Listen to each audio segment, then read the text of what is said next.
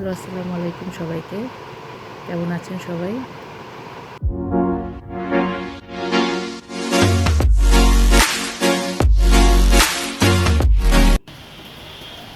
আজকে সকাল সকাল একটু বারান্দায় এসে দেখলাম যে প্রচুর বৃষ্টি। সারাদিনই বৃষ্টি ছিল। তো সকালে দেখলাম রাত্রে থেকে নাকি বৃষ্টি পড়ছে, কালকে রাত্রে থেকে।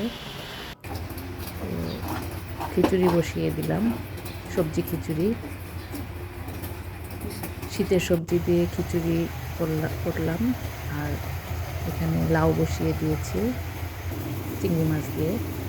খিচুড়ির উপরে আমি একটু নতুন পেঁয়াজ, ধনিয়া পাতা, পেঁয়াজ পাতা এগুলো একটু দিয়ে দিলাম।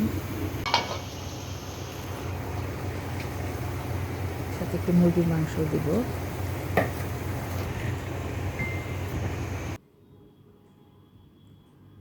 তো এই যে মুরগির মাংসটা দিয়ে দিচ্ছি। বৃষ্টির দিন খিচুড়ি না হলে চলেই না।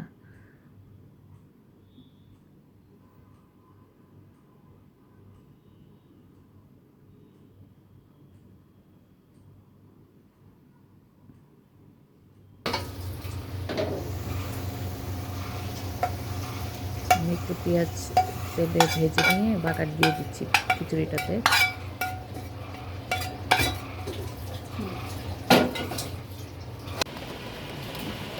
বিকালে আবার বারান্দায় এসে দেখলাম যে বৃষ্টি আরও বেড়ে গিয়েছে।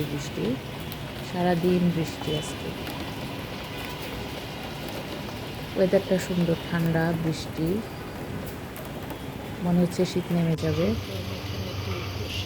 তো আমি সেমাই পিঠাটা জন্য এখানে একটু জাল দিয়ে নিচ্ছি, দুধে একটু এলাচ দিয়ে দিলাম।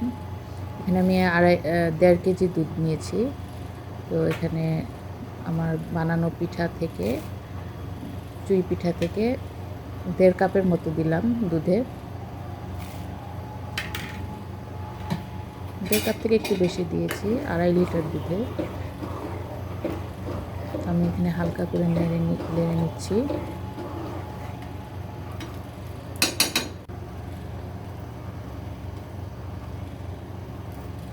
নারিকেল দিয়ে দিলাম। এই পিঠাটাতে নারিকেল না দিলে ভালো লাগে না, নারিকেল দিতে হয়। আর এই পিঠাটা যখন ঠান্ডা হয়ে যাবে তখন এটা ঘন হয়ে যাবে। এর জন্য দুধের পরিমাণটা একটু বেশি রাখতে হয়, পিঠার পরিমাণটা একটু কম দিতে হয়। ঠান্ডা হয়ে গেলে আস্তে আস্তে জমে যায় পিঠাটা।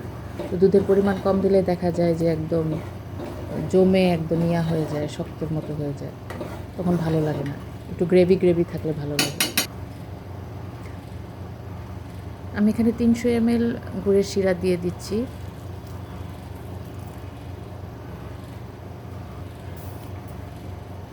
খেজুরের গুড়ের শিরা। চিনি দিয়ে দিব 1 কাপ আর হাফ কাপের কম চিনি। তো এভাবে আমি আস্তে আস্তে নেড়ে নিচ্ছি যেন পিঠাগুলো না ভাঙে, কারণ অনেক চিকন করে পিঠাগুলো বানানো হয়েছে। বেশি লাড়াচাড়া করলে আবার ভেঙে যাবে। আস্তে আস্তে লাড়া দিতে হবে।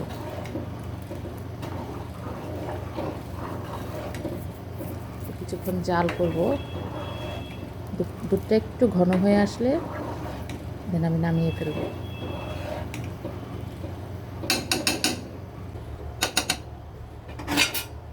তো এই যে আমার পিঠা ফাইনাল লুক।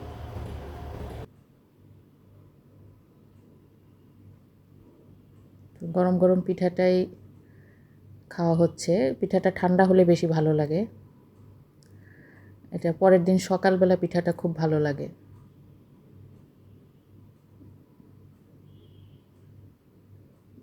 বাকি পিঠাটুকু রেখে দিয়েছি, আরেকদিন দুধ জাল দিয়ে আবার বানাবো। সবগুলো একবারে করে নেই। তো আজকের ভিডিওটা এখানেই শেষ করছি। সবাই ভালো